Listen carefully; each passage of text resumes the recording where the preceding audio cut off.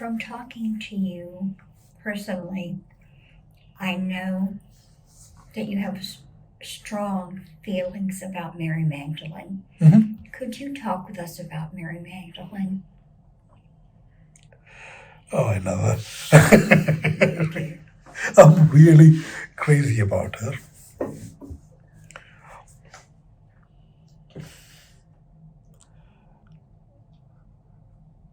How about Easter, the resurrection? Easter. Uh-huh. Can you say something about that? Or you save that for later? We can talk about Easter. Yeah. Or we can say, it doesn't matter, whatever you have, you just have. Anything. Yeah. I'll listen. Yeah. But let me answer Mary Magdalene. We don't get to hear about her from the pulpits. The reason why is, could be she is a major theological inconvenience because, there is all kinds of conspiracy theories about her, that she was demonic. Yeah, Jesus drove 7 demons from her. And she was a prostitute. And she was, there were even conspiracy theories that Mary Magdalene and Jesus had a personal relationship, meaning something sexual between them. So a lot of people really don't want to talk about Mary Magdalene. What is so terrible about it? Jesus was a man, so he was not sort of a man who is, who doesn't have desires. He had physical desires, he had physical needs, and he had all of that. But imagine Jesus having a relationship with a woman. Don't you want to know what it is like?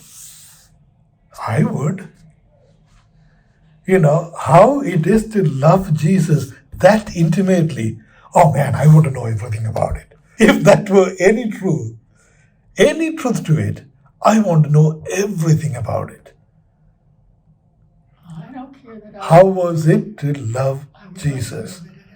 That intimately, that passionately, that closely. What was it like? I want to know everything about it. I really do. You see?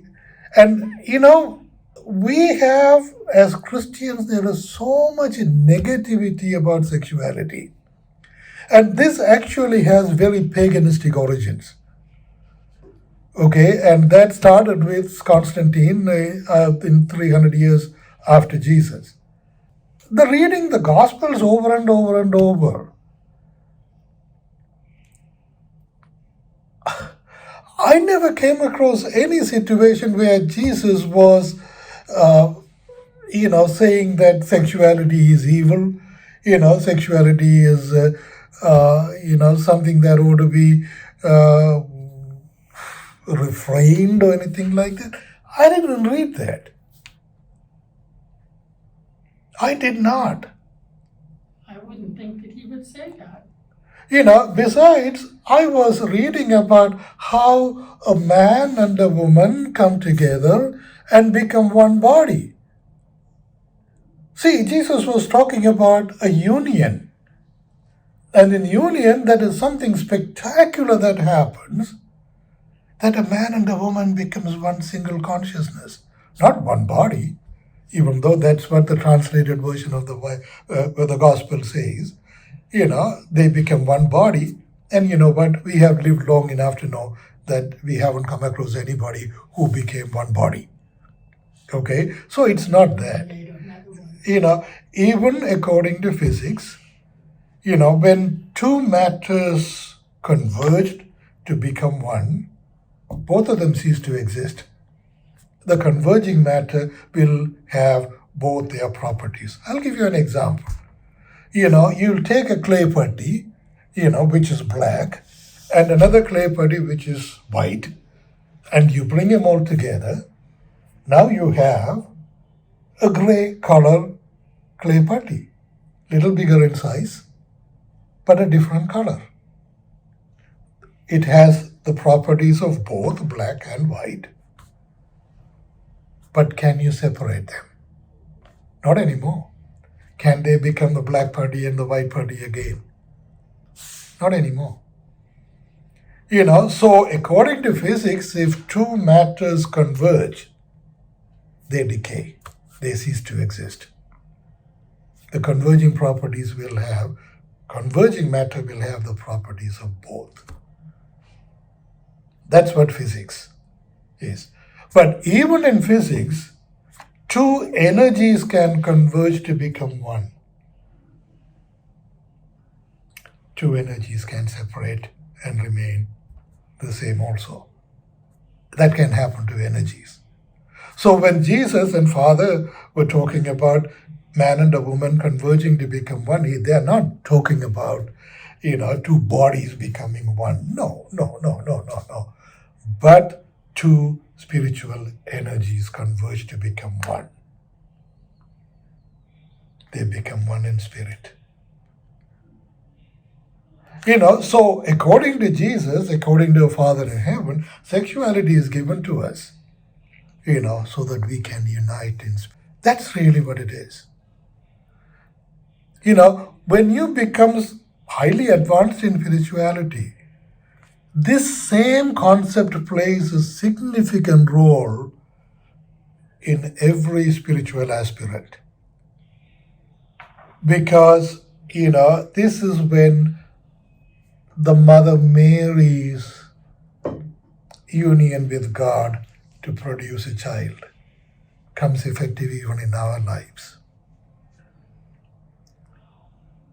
As energies, we can also unite with God and become one and the same. As energies. Okay? So actually, the sexuality itself, it is not something to be frowned upon. It is not, we don't need to be so puritanical and paganistic in those ideas. You see, virginity is not even relevant in spirituality. Virginity simply means it's something to be transcended, so a man and a woman can unite. That's what it is. It is something that can transcend, something that can be sacrificed, something that can be forgone. Although that's how we are born with, it is not something that is going to remain with us. So virginity is not a virtue. It is not. Remaining a virgin because that is your choice, that you want only offer that to God, wonderful. So be it. That's not really what I'm talking about. But virginity as a puritanical symbol, is very paganistic. It's very paganistic. It really is, it's not even relevant. We Catholics, I don't know how many of you are Catholics, okay? We always attribute Mother Mary as eternal, perpetual virgin. Why? She gave a vaginal birth to Jesus. Why is it so relevant that she needs to continue to remain a virgin? Look, the point of the matter is, her virginity was sacrificed for the birth of Jesus. So it actually, she being not a virgin is a matter of celebration.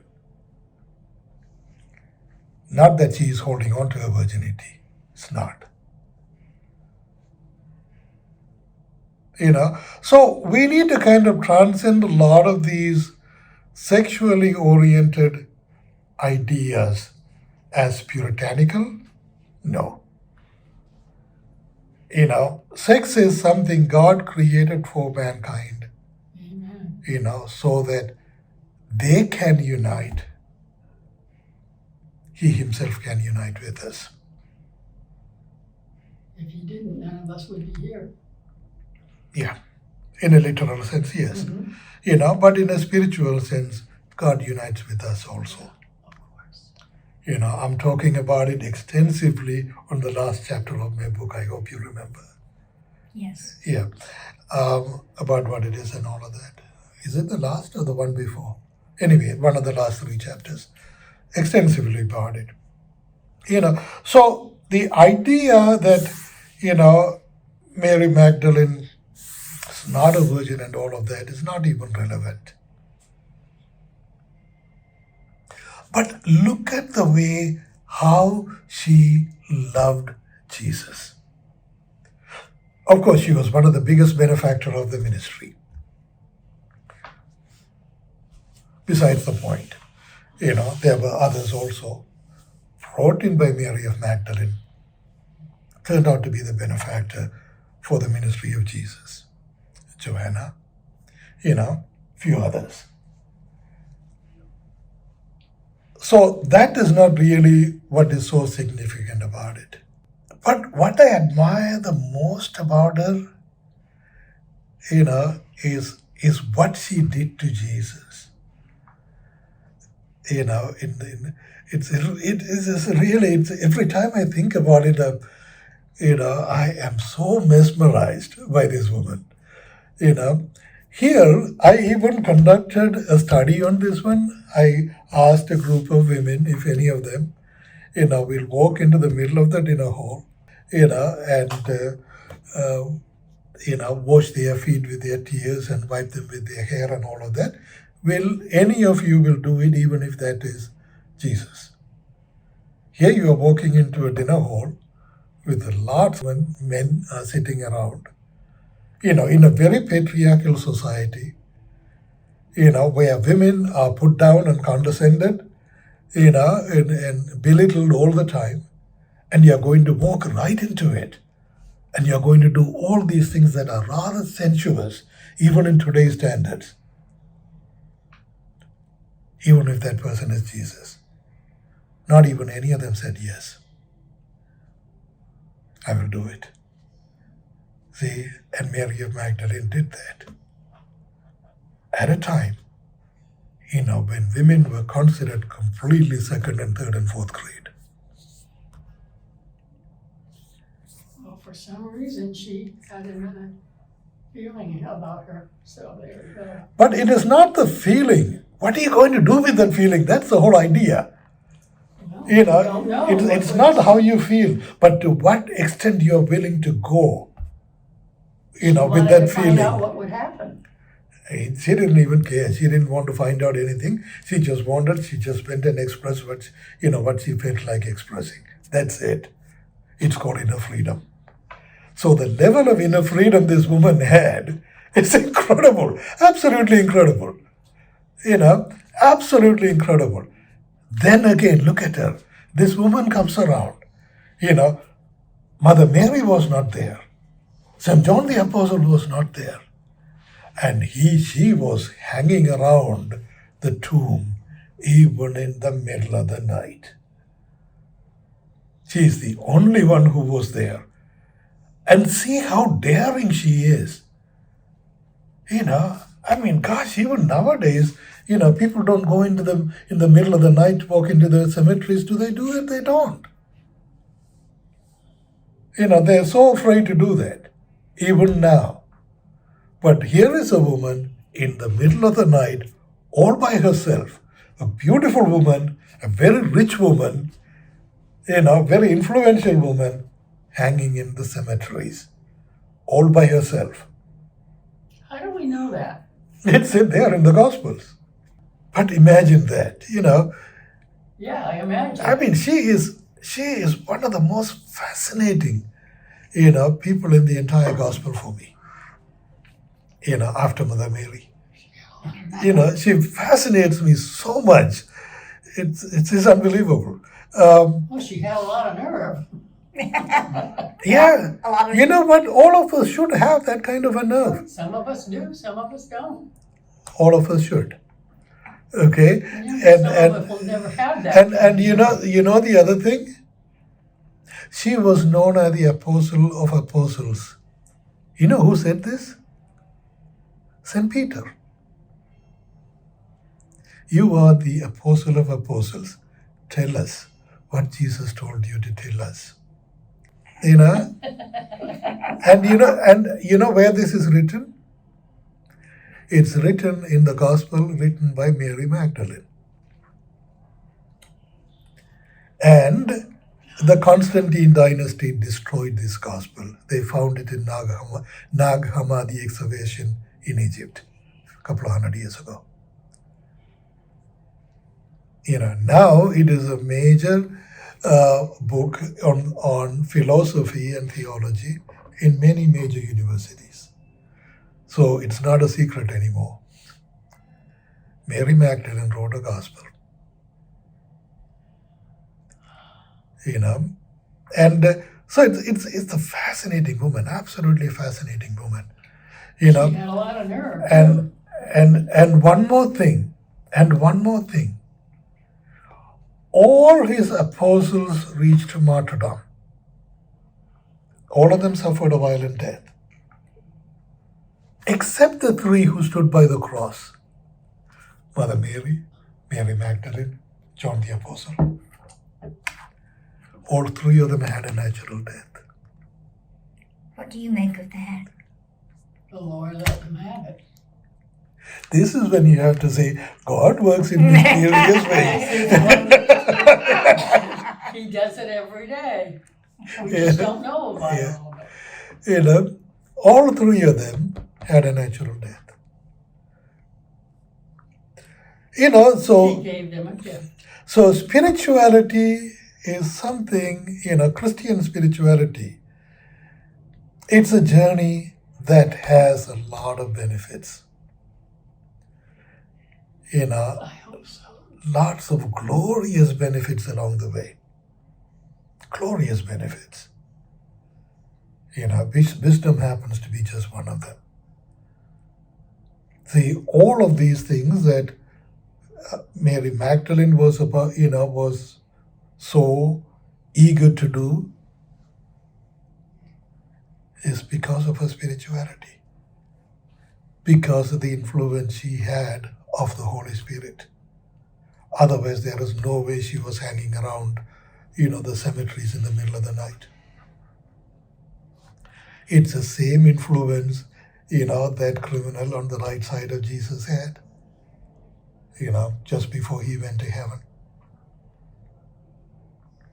When we had that kind of influence in our lives, our life will become so meaningful, so delightful, so beautiful, and so purposeful to God.